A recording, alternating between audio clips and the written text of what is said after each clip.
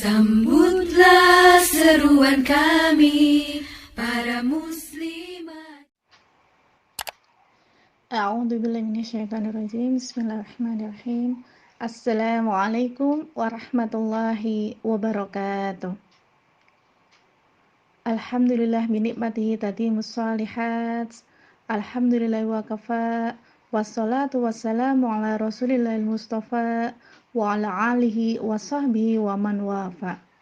Asyhadu an la ilaha illallah wahdahu la syarikalah wa asyhadu anna Muhammadan abduhu wa rasuluh. Faya ibadallah usikum wa nafsi bitaqwallah haqqa tuqatihi wa la tamutunna illa wa antum muslimun. Allahumma inni as'aluka ilman nafi'a wa amalan mutaqabbala wa rizqan thayyiba wa shifaan min kulli da'i wa saqaman birahmatika ya arhamar rahimin. Qala ta'ala fil Qur'anil Karim wa in ta'uddu ni'matallahi la tuhsuha innallaha laghafurur rahim. Alhamdulillah, Bunda Salimah yang dirahmati oleh Allah Subhanahu wa taala, kita semua telah dianugerahi oleh Allah Subhanahu wa taala bisa merasakan nikmatnya sajian di bulan Ramadan yang tentunya kita pahami semua bahwa banyak sekali orang-orang yang sangat merindukan untuk bisa menikmati hari-hari di bulan Ramadan yang penuh dengan kebaikan. Namun, mereka yang kemudian menginginkan itu sudah tidak mendapatkan kesempatan lagi karena telah berpulang dan kemudian mempertanggungjawabkan amalannya ketika di dunia. Untuk itu, ketika kemudian kita menghitung nikmat Allah yang begitu besar sekali, selain kenikmatan iman, Islam, dan juga kesehatan yang sudah Allah karuniakan kepada kita, maka sesungguhnya kita tidak akan mampu menghitungnya. Dengan seperti itu, harapannya kita semua mampu untuk beramal terbaik, karena memang inilah yang menjadi bekal bagi kita semua sebagai pengetuk pintu surga kelak. Bunda Salimah sekalian, kita awali kajian kita kali ini dengan berdoa. Semoga Allah Subhanahu wa taala berkenan untuk menerima segala amal ibadah yang telah kita lakukan mulai dari awal bulan Ramadan ini sampai kemudian di penghujungnya, dan kita doakan bagi saudara-saudara kita yang sedang ditimpa ujian, musibah ataupun sakit, Allah berkenan untuk memberikan kesembuhan yang sempurna, dan juga semoga Allah berkenan untuk bisa segera mengangkat wabah yang terjadi di muka bumi ini. Baik Bunda Salimah sekalian, kali ini kita akan membahas mengenai bagaimana cara berburu kebaikan di bulan Ramadan yang kemudian ini menjadi suatu anugerah tersendiri bagi kita semua. Sebelum kita membahas mengenai bagaimana cara berburu kebaikan di bulan Ramadan, kita ingin memahami ada apa di bulan Ramadan. Bunda Salimah yang berbahagia, kita ketahui bahwasanya bulan Ramadan ini disebut juga dengan Syahrut Tarbiyah, yakni bulan pembinaan. Profil lulusan yang diharapkan dari pembinaan yang ada di bulan Ramadan adalah la'allakum tattaqun, la'allakum yashkurun, la'allakum yarsyudun. Agar engkau menjadi orang-orang yang bertakwa, menjadi orang yang bersyukur, dan kemudian memperoleh kebenaran. Sehingga kita sangat disayangkan apabila kemudian melewatkan banyak sekali keutamaan yang ada di bulan Ramadan. Adapun keutamaan di bulan Ramadan yang pertama adalah bulan Ramadan penuh dengan keberkahan. Rasulullah Shallallahu Alaihi Wasallam bersabda, "Atakum Ramadan syahrul mubarak." Mubarak secara istilah ini adalah kebaikan yang banyak, kebaikan yang menetap. Sehingga kita harus berburu ya, berlomba-lomba untuk bisa mendapatkan kebaikan di dalamnya. Keutamaan yang kedua adalah pahala yang akan didapatkan di bulan Ramadan ini akan dilipat gandakan baik secara kuantitas ataupun kualitas. Sebagaimana kita tahu bahwasanya amalan yang kita lakukan seperti berinfak, bersedekah, bersolawat, bertasbih, bertahmid, yang dilakukan di bulan Ramadan itu sudah dilipat gandakan. Misalnya kita berinfak sebanyak 1.000 begitu, maka dilipatkan akan mendapatkan pahala sebanyak 700.000. Dan tentunya di bulan Ramadan ini akan lebih banyak lagi pelipat gandaannya secara kuantitas. Bagaimana kemudian pelipat gandaan secara kualitas? Rasulullah SAW pernah menyampaikan bahwasanya umroh di bulan Ramadan ini sama seperti berhaji bersamaku, Masya Allah. Sudah disamakan seperti berhaji bersama Rasulullah pula, begitu ya. Sehingga memang tantangannya jauh lebih besar, tetapi ini seiring dengan pahalanya yang kemudian akan kita dapatkan. Sehingga ketika kita melakukan suatu amalan tertentu, yang kita bayangkan bukanlah betapa beratnya ketika kita melakukan kegiatan tersebut, tetapi tanamkan di dalam benak kita seberapa besar pahala yang kemudian akan kita dapatkan dan ridho Allah tentunya yang membersamainya. Dan juga kita tahu bahwasanya Allah Subhanahu wa taala berfirman bahwasanya Lailatul Qadar khairum min alfi syahr ya. Barang siapa yang kemudian beramal kebaikan di malam Lailatul Qadar, maka ini lebih baik dibandingkan dengan 1.000 bulan. Jadi tidak kemudian disampaikan sama dengan 1.000 bulan, tetapi lebih baik ya. Jadi sudah 1.000 bulan lebih baik pula begitu. Maka berapa bulan yang kemudian amal kebaikan ini yang disetarakan sama disetarakan lebih baik dibandingkan ketika kita beramal melebihi dari 1.000 bulan atau 83 tahun tadi begitu.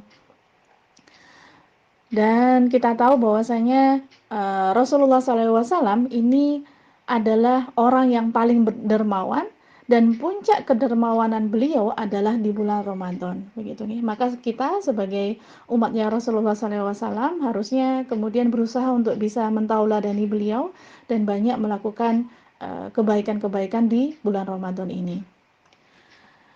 Bunda Salimah, keutamaan di bulan Ramadan yang lain adalah puasa di bulan Ramadan adalah khusus bagi Allah Subhanahu wa taala. Apa yang dimaksudkan dengan khusus bagi Allah Subhanahu wa taala? Jadi ada sebuah hadis qudsi yang kemudian menyampaikan kullu amali ibnu Adam lahu ila siyam fa innahu li wa ana ajzi bihi. Jadi semua amal anak Adam adalah untuknya, untuk pelakunya, kecuali puasa. Karena sesungguhnya puasa itu adalah untukku dan aku yang akan membalasnya. Masya Allah. Jadi memang ada beberapa khilafiyah di dalam memahami hadis qudsi ini, tetapi ada dua pendapat yang paling kuat atau paling rajih begitu disampaikan bahwasanya yang pertama, puasa ini tidak dimasuki riya, begitu ya.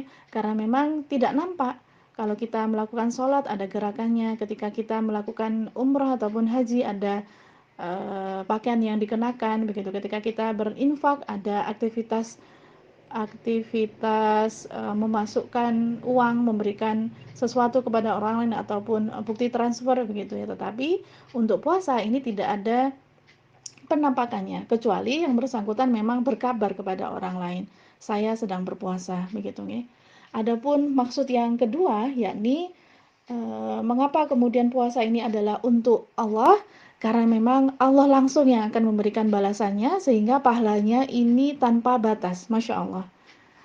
Dan kita tahu di Quran surat Az-Zumar ya, ayat 10, di situ disampaikan bahwasanya pahala bagi orang yang bersabar itu adalah tiada batas. Dan kita tahu bahwasanya sabar itu terdiri dari 3 hal begitu. Sabar ketika mendapatkan ujian, sabar ketika melakukan ketaatan, sabar ketika menjauhi maksiat, dan ketiga kesabaran itu semuanya terletak ada di bulan Ramadan begitu. Sehingga kita akan mendapatkan balasan kebaikan yang tanpa batas dengan melakukan puasa di bulan Ramadan. Keutamaan bulan Ramadan yang selanjutnya, yang keempat, yakni puasa di bulan Ramadan merupakan sebagai kafarah, penggugur dosa, begitu. Rasulullah SAW pernah bersabda bahwasanya man shoma Ramadana imanan wahtisaban ghufira lahu min dzambik ya. Barang siapa yang kemudian berpuasa penuh dengan keimanan, wahtisaban itu dengan penuh pengharapan, ghufira lahu min dzambik, maka Allah akan mengampuni dosa-dosanya Dan ini menjadi salah satu sarana bagi kita sebagai pengukur dosa-dosa yang sudah dilakukan sebelumnya, begitu. Mungkin kita sudah berusaha sepenuh hati, begitu, berusaha betul untuk tidak melakukan kemaksiatan. Namun kita tahu bahwasanya ada banyak kelalaian yang kita lakukan dan itu merupakan bagian dari dosa itu sendiri. Begitu juga dengan ketika kita bermuamalah dengan orang-orang di sekitar ataupun dengan dunia, begitu. Tentunya ini menjadi salah satu pemicu kita bisa melakukan suatu dosa, begitu ya. Karena misalnya Allah Subhanahu wa taala menyebutkan bahwasanya al-malu wal banuna zinatu hayatud dunya, bahwasanya harta dan kemudian anak itu adalah perhiasan di dunia. Tetapi di ayat yang lain bahwasanya disebutkan al-malukum wa banukum aduwwum mubin, ya. Sesungguhnya dia adalah musuhmu yang nyata, begitu. Musuh yang nyata ini bukan kemudian kita tidak boleh berinteraksi dengan pasangan, dengan anak-anak ataupun berusaha untuk bisa mendapatkan harta, tetapi sifat-sifat dari mereka yang kemudian akan bisa menjadi musuh bagi diri kita. Karena anak mungkin kita menjadi pelit, ya, karena pasangan akhirnya kita menjadi tidak bisa melakukan amal ibadah yang kemudian dianjurkan oleh Allah Subhanahu wa taala dan banyak hal yang lain, begitu. Sehingga dengan melakukan puasa di bulan Ramadan ini menjadi sarana bagi kita untuk bisa memohon ampun, bertaubat, begitu, dan kemudian meraih ampunan dari Allah Subhanahu wa taala. Keutamaan yang lain adalah orang yang berpuasa masuk surga dari pintu Ar-Royan. Ar-Royan ini maknanya adalah yang telah hilang dahaganya, begitu ya. Jadi bukan pintu puasa, begitu, seolah-olah nanti di surga itu masih diwajibkan untuk berpuasa lagi, tetapi pintu Ar-Royan ini adalah bagi orang yang telah hilang dahaganya, karena maknanya adalah orang-orang yang kemudian sudah dicukupkan segala kebutuhannya dan tidak membutuhkan perlindungan lagi, begitu ya, karena memang sudah dalam perlindungan Allah Subhanahu wa taala. Dan yang keenam, keutamaan di bulan Ramadan adalah pintu-pintu surga dibuka dan pintu-pintu neraka ditutup. Dalam suatu hadis Bukhari dan Muslim disebutkan, idza jaa Ramadan futihas abwaabal jannah wa ghulliqas abwaaban nar. Ketika kemudian Ramadan ini tiba, maka pintu surga dibuka dan pintu neraka ditutup. Sebenarnya apa maknanya pintu surga dibuka? Toh manusia masih ada berada di bumi, begitu ya, sehingga tidak bisa memasuki surganya. Ataupun ketika orang yang sudah meninggal pun belum ada masa kebangkitan, begitu ya, sehingga mereka masih berada di alam barzah, begitu. Makna dari pintu surga dibuka ini adalah seluruh amalan kebaikan itu akan naik ke langit dan mudah diterima oleh Allah Subhanahu wa taala, begitu ya. Begitupun sebaliknya, begitu, kita akan ditahan untuk tidak melakukan kemaksiatan, sehingga sangat merugi, begitu bila kemudian kita tidak melaksanakan banyak amal kebaikan yang insya Allah amalan itu akan langsung ke langit dan kemudian diterima oleh Allah Subhanahu wa taala. Kita lanjutkan, keutamaan bulan Ramadan yang ketujuh adalah syaitan-syaitan dibelenggu. Dalam sebuah hadis Bukhari Muslim, Rasulullah Shallallahu alaihi wasallam bersabda, "Idza jaa Ramadana futihas abwaabul jannah wa ghulliqas abwaaban nari wa syufidatis syayatin." Jadi di dalam bulan Ramadan ini syaitan-syaitan itu dibelenggu yang kemudian akhirnya menjadikan manusia terhalang untuk melakukan kelalaian ataupun kemaksiatan. Secara data empiris mungkin banyak juga yang menyampaikan tingkat kriminalitas menurun. Tetapi memang ada beberapa yang menanyakan mengapa kemudian di bulan Ramadan masih banyak orang yang melakukan kemaksiatan. Jadi dari hadis ini ada beberapa makna, ya. Yang pertama adalah yang dibelenggu itu hanyalah bos besarnya, gembong-gembongnya, sehingga bawahan dan kerucuk-kerucuknya ini masih bisa melakukan bisikan-bisikan kepada manusia untuk melakukan kelalaian ataupun kemaksiatan. Adapun pendapat yang kedua, di sini adalah syaitan itu dibelenggu sehingga membatasi aktivitasnya untuk menggoda manusia. Tetapi karena hanya terbatas, ini masih ada celah, ya, bagi mereka untuk melakukan bisikan kepada manusia.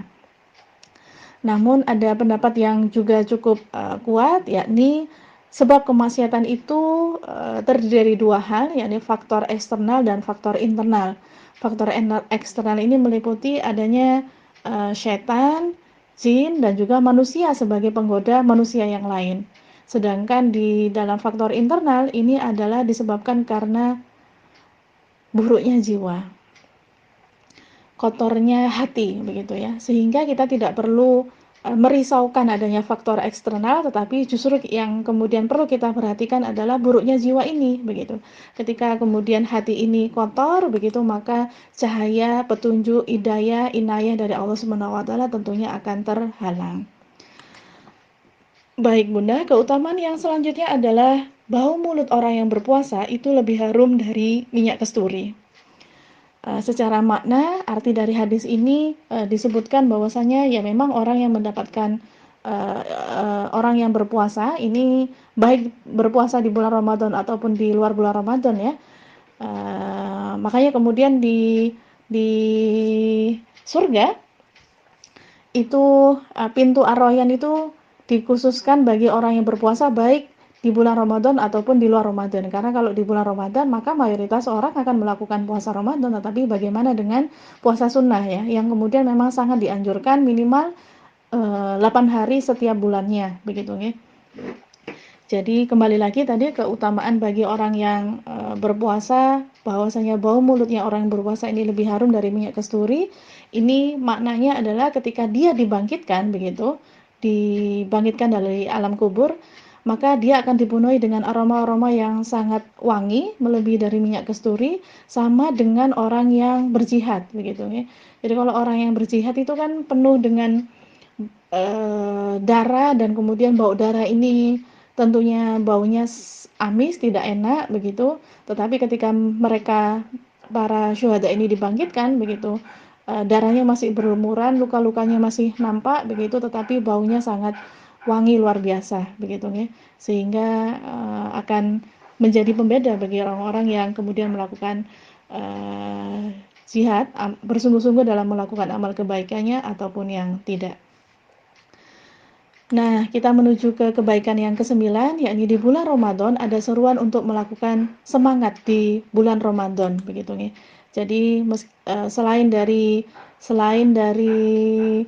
syaitan yang kemudian telah dibelenggu tadi, Allah telah memudahkan ya bagi hambanya, yakni kita semua, untuk bisa melakukan amal kebaikan, begitu ya. Makanya kemudian kita senantiasa berdoa agar Allah senantiasa memberikan kekuatan bagi kita untuk bisa melakukan amal kebaikan, dan juga diberikan kekuatan yang sama untuk bisa menjauhi kemaksiatan. Dan akhirnya kita sampai di penghujung keutamaan bulan Ramadan, yakni setiap malam itu ada kesempatan untuk dicatat agar kita dijauhkan dari neraka jahanam ya. Jadi ada kesempatan bagi kita untuk bisa lepas dari sisaan neraka ketika kemudian kita melakukan amal kebaikan di bulan Ramadan. Jadi setiap malam itu Allah mencatat ya bagi orang-orang yang kemudian akan dibebaskan dari neraka jahanam. Dan ini bisa didapatkan dalam setiap malam bulan Ramadan. Setiap malam. Kalau misalnya kemarin beberapa hari di awal bulan Ramadan kita belum optimal di dalam melakukan amal kebaikan, maka masih ada beberapa hari ke depan yang perlu kemudian kita maksimalkan untuk bisa mendapatkan kesempatan sebagai orang yang tercatat dibebaskan dari neraka jahanam begitu. Sehingga ada hadis yang menyampaikan bahwasanya 10 hari pertama ini adalah bulan yang penuh rahmat, 10 hari kedua adalah bulan ampunan, dan 10 hari yang terakhir ini orang-orang akan bisa dibebaskan dari api neraka. Ini adalah hadis yang dhaif begitu ya.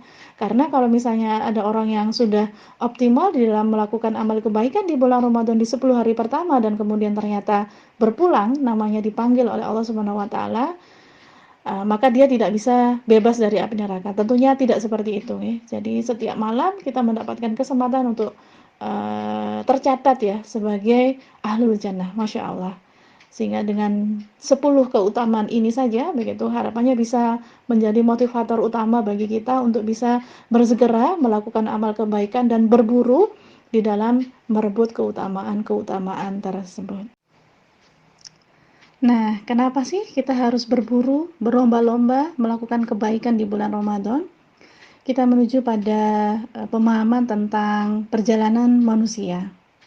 Jadi, sebagaimana kita tahu bahwasanya mbah buyut kita, Nabi Adam alaihissalam, dulu beliau berada di surga tertinggi, Jannatul Firdaus. Kenapa kok di surga Firdaus? Karena kita tahu bahwasanya Nabi Adam bisa berkomunikasi langsung dengan Allah Subhanahu wa taala, sehingga kita tahu bahwasanya Allah itu berada di ars yang tempatnya paling atas begitu, dan kemudian di bawahnya adalah surga Firdaus yang tidak ada pembatas antara surga Firdaus dan arsy Allah begitu. Dan ternyata kita tahu bahwasanya Nabi Adam beserta istrinya tergoda untuk melakukan suatu amalan yang diharamkan oleh Allah Subhanahu wa taala. Memang Nabi Adam sudah bertaubat dan memohon ampunan kepada Allah. Rabbana dzalamna anfusana wa illam taghfir lana wa tarhamna lanakunanna minal khasirin. Namun Allah menerima taubat dari Nabi Adam, tetapi tetap memberikan hukuman kepada Nabi Adam beserta istrinya karena dosa yang sudah dilakukan ini fatal begitu. Karena memang kita ketahui bahwasanya ketika suatu makanan sudah melewati tenggorokan, maka itu akan bisa menjadi darah daging. Dan surga itu haram dengan sesuatu yang haram, karena memang di dalam tubuh Nabi Adam beserta istrinya sudah terkontaminasi dengan sesuatu yang haram. Dan kemudian kita mengetahui proses yang selanjutnya di surat Al-Baqarah disebutkan kul nahbitu minha jami'a, turunlah engkau bersama-sama dari surga begitu. Dan di sini akhirnya kita mengetahui bahwasanya kampung halaman kita itu ada di surga. Dan kemudian Allah menurunkan nenek buyut kita, kakek nenek buyut kita ke bumi begitu. Harapannya kita bisa kembali ya ke kampung halaman kita, yakni di surga. Namun ketika Allah telah menurunkan hambanya, manusia ini berada di bumi, itu tidak dilepas begitu saja, karena ketika kemudian kita menjadi bagian dari umatnya Rasulullah SAW, Allah telah menurunkan Al-Quran sebagai pedoman kehidupan kita, sebagai Google Maps kita. Kalau kita mungkin lemah di dalam membaca Google Maps, ya ini sebagai sesuatu yang bisa kita tanyai begitu, sehingga karena memang perjalanan kita sangat panjang, untuk bisa sampai ke tempat tujuan kita, yakni di kampung halaman, kita memerlukan pedoman agar tidak tersesat begitu. Dan kita tahu bahwasanya ketika kemudian kita sudah tersesat, maka ini membutuhkan upaya yang sangat besar sekali untuk bisa kembali begitu, sehingga kita harus berpegang teguh terhadap pedoman yang sudah diberikan oleh Allah Subhanahu wa taala, yakni berupa Al-Qur'an sebagai kitab suci kita. Nah, di dalam kitab suci itu pula kemudian Allah menyampaikan informasi, memberitahu kepada kita bahwasanya bumi ini adalah sebagai ladang amal kita. Karena di bumi ini kita beramal dan kemudian kita berpulang dan akan dibangkitkan begitu. Sehingga memang sudah selayaknya ya kemudian kita berburu dan kemudian berlomba-lomba beramal kebaikan, karena pada hakikatnya ketika kemudian kita berlomba-lomba itu bukan dalam artian kita berlomba dengan orang lain. Wah, si fulan sudah sodako 1 juta, maka saya harus 10,5 juta misalnya. Wah, si fulan sudah khatam 1 kali, maka saya harus khatam 31 juz misalnya.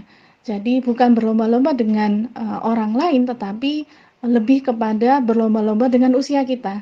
Artinya kita tahu bahwasanya konsep kematian yang kemudian kita pahami ini kita tidak bisa mengelak terhadapnya, yang kemudian datangnya sewaktu-waktu dan tidak bisa ditunda semenit pun begitu, sehingga kita tidak tahu bahwasanya apakah memang kebaikan kita sudah cukup ya untuk bisa mengetuk pintu surga, yang kemudian nanti diukur dengan amal keburukan kita begitu. Sehingga di sini kita berlomba-lomba dengan diri kita sendiri, dengan usia kita untuk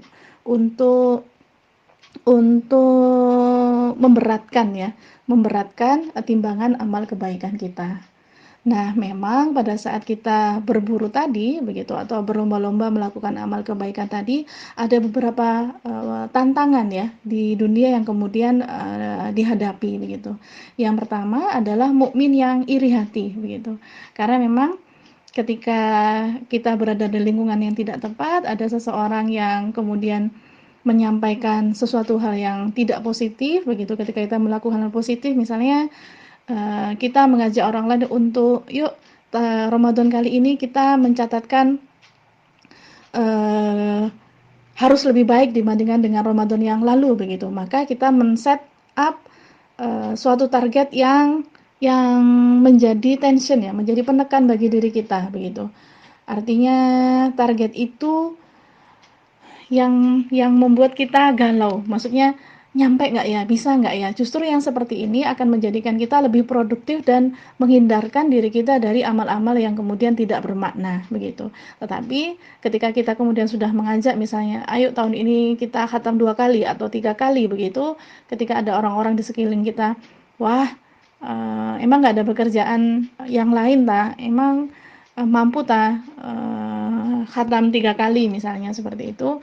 Ini adalah orang-orang yang iri hati yang memang tujuannya adalah mengendorkan semangat orang lain di dalam melakukan amal kebaikan.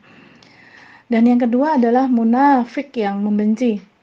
Kita naudzubillah min dzalik ya, jangan sampai kemudian kita menjadi korban ataupun sebagai pelaku bahkan ya orang-orang membenci yang kemudian menghancurkan tadi. Dan yang ketiga adalah kafir yang membunuh akhlak kita, membunuh pemikiran kita, kecintaan kita terhadap Al-Quran, Rasulullah, dan Allah Subhanahu wa Ta'ala. Dan yang keempat adalah setan, sang penyesat. Tetapi kembali lagi pada penjelasan yang sebelumnya, bahwasanya setan ini menjadi faktor eksternal, faktor internal yang kemudian harus menjadi tombak ya bagi diri kita untuk melesat sejauh mungkin di dalam beramal begitu. Karena memang motivasi ekstrinsik itu bisa kita dapatkan meletup-letup, menggebu-gebu, tetapi itu tidak bertahan lama. Justru dari motivasi intrinsik lah yang kemudian akan menjadi amalan kita itu menjadi durable ya, menjadi continue, berkelanjutan begitu. Dan yang terakhir adalah nafsu penggoda yang ini memang datangnya dari diri kita begitu. Dan Masya Allah ketika kemudian kita mampu untuk melakukan berburu amal kebaikan dan menghadapi tantangan tadi, maka kita memperoleh kesempatan untuk bisa kembali ke surga. Dan kita tahu bahwa biasanya surga itu bertingkat-tingkat dari terendah hingga puncaknya, dan di situ ketika kita sudah masuk ke dalam lobinya surga, yakni di surga Aden begitu, maka kita masih bisa menaikinya ya, menaiki dari surga tersebut. Salah satu booster ya, salah satu amalan yang dapat meningkatkan posisi kita di surga adalah dengan tilawah dan tahfidzul Quran. Masya Allah. Nah, kemudian kita pahami sebenarnya apa sih makna di dalam fastabil khairat atau berburu kebaikan ketika kita berada di bumi ini begitu. Jadi fastabiqu ini dari kata sabaqo yang artinya berlomba-lomba atau berkompetisi begitu.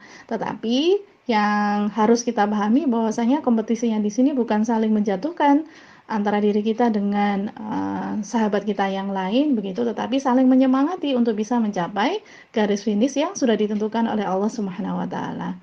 Ketika kemudian kita sudah berlomba tanpa menyenggol, tanpa menyakiti, tanpa menjatuhkan dan berhasil mencapai garis finish, maka kita akan bisa mendapatkan gelar sebagai sang juara. Engkaulah sang juara, dan sang juara ini disebut dengan gelar orang-orang yang mukmin ya, para mukminun. Dan para mukminun ini akan berhak untuk bisa mendapatkan hadiah begitu. Dan hadiahnya juga bermacam-macam ya, mulai dari surga Firdaus, surga yang tertinggi, sampai kemudian surga yang terendah. Nah, kata khairat di sini adalah artinya kita berlomba-lomba dalam hal kebaikan, bukan dalam hal yang sebaliknya, begitu ya. Sehingga makna dari khairat ini melingkupi banyak hal, mulai dari lisan, perbuatan, ide, dan sikap kita, sehingga segala potensi yang sudah Allah anugerahkan kepada kita gunakan seoptimal mungkin untuk melakukan amal kebaikan tersebut begitu. Dan ternyata al khairat ini tidak memiliki batasan begitu ya. Jadi kebaikan itu bisa melingkupi banyak kegiatan, banyak bentuk begitu, dan kemudian dilakukan di berbagai segmen, bukan hanya khusus untuk saudara kita saja, hanya khusus untuk anak yatim saja begitu, tetapi meliputi banyak orang begitu ya.